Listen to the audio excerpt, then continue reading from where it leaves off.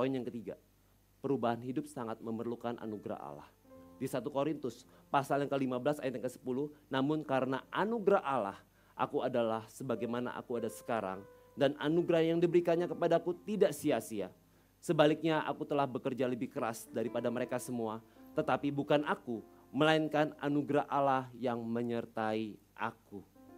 Rasul Paulus itu bisa mengalami perubahan hidup, saya mau katakan perubahan hidup secara menyeluruh.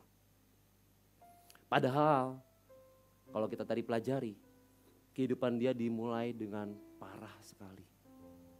Kenapa bisa begitu? Kenapa dia bisa mengalami perubahan hidup secara menyeluruh? Karena dia tidak membatasi kuasa anugerah Tuhan. Hanya stop sampai di pertumbuhan rohani pribadinya saja. Tapi dia percaya anugerah Tuhan karya salib 2000 tahun yang lalu yang dia terima, yang membuat dia berubah secara pertumbuhan rohaninya. Tapi memampukan juga Paulus bekerja lebih keras dibandingkan dengan rasul yang lain. Paulus tidak sekedar berkata puji Tuhan, berkat anugerah Tuhan, hidup saya sudah diselamatkan dari dosa. Tapi dia sudah sampai di pola pikirnya begini, puji Tuhan, berkat anugerah Tuhan, aku bisa berguna bagi orang lain. Puji Tuhan, berkat anugerah Tuhan, Tuhan pakai aku lebih lagi.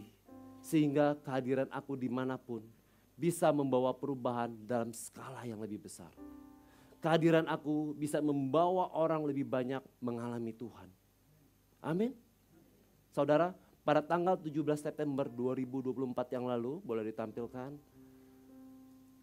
Gereja kita mendapatkan penghargaan dari Palang Merah Indonesia, PMI. Dalam kategori 20 instansi terbaik yang mengadakan donor darah dalam 1 tahun terakhir ini. Saudara bisa perhatikan, atas anugerah Tuhan, saya bilang anugerah Tuhan. Gereja kita yang ruangannya masih sangat terbatas.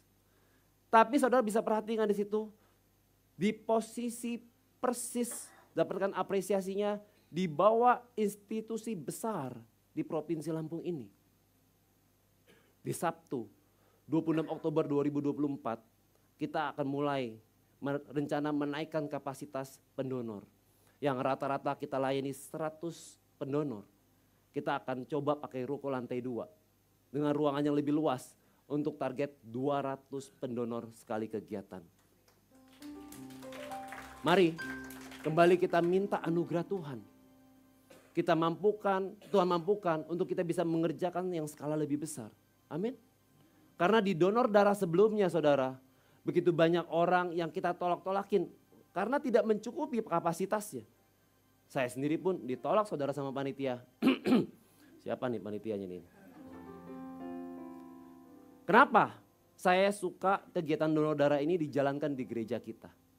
Bukan mengejar prestasinya, jujur bukan. Karena kami sebenarnya juga tidak tahu ada apresiasi ini saudara. Dalam aksi donor darah itu kita biasa sambil membagi sembako kepada 100 pendonor pertama. Suatu hari saudara staf gereja MDC itu ada pakai jasa Gojek untuk pergi ke suatu tempat. Dalam perjalanan Gojek itu tanya kepada staf kita, adik kerja di mana? Staf kami bilang, oh saya karyawan MDC. Tukang Gojek itu bilang, MDC? Oh itu gereja yang baik itu ya?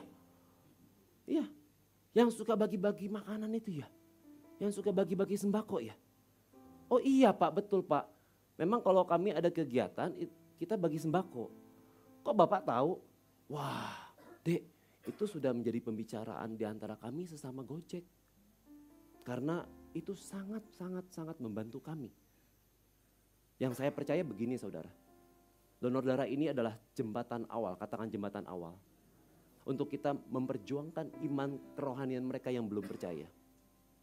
Saat mau donor, artinya mereka datang rasakan situasi gereja kita.